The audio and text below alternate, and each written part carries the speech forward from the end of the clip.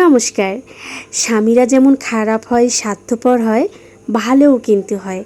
স্বামীদের কিন্তু অনেক ভালো গুণ রয়েছে, যেমন বাড়িতে নিজের কাজ নিজেই করা, স্ত্রীর কাজে সহযোগিতা করা, স্ত্রীর সাথে কোমল ও হাসি সুলভ আচরণ করা, স্ত্রীকে যথাযথ সম্মান দেওয়া এবং পারিবারিক কাজে তার পরামর্শ নেওয়া, স্ত্রীর ওপর অযথা রাগ না করা, প্রেম ও রোমান্টিকতা বজায় রাখা, স্ত্রীকে সৎ উপদেশ দেওয়া, স্ত্রী যখন অসুস্থ হবে অসুস্থ স্ত্রীকে সেবা করা, স্ত্রীর পরিবারকে সম্মান করা, স্ত্রীর সঙ্গে নানান বিষয়ে পরামর্শ করা, দায়িত্বশীল আচরণ করা।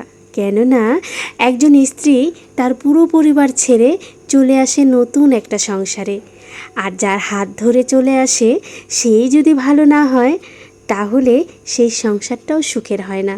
তাই স্বামীকে অবশ্যই যেমন ভালো হতে হবে, স্ত্রীকেও ভালো হতে হবে, তাহলেই তৈরি হবে সুখের একটা সংসার। ভালো লাগলে লাইক করবেন, কমেন্ট করবেন। ভালোবাসা চলমান সবার জন্য। টাটা।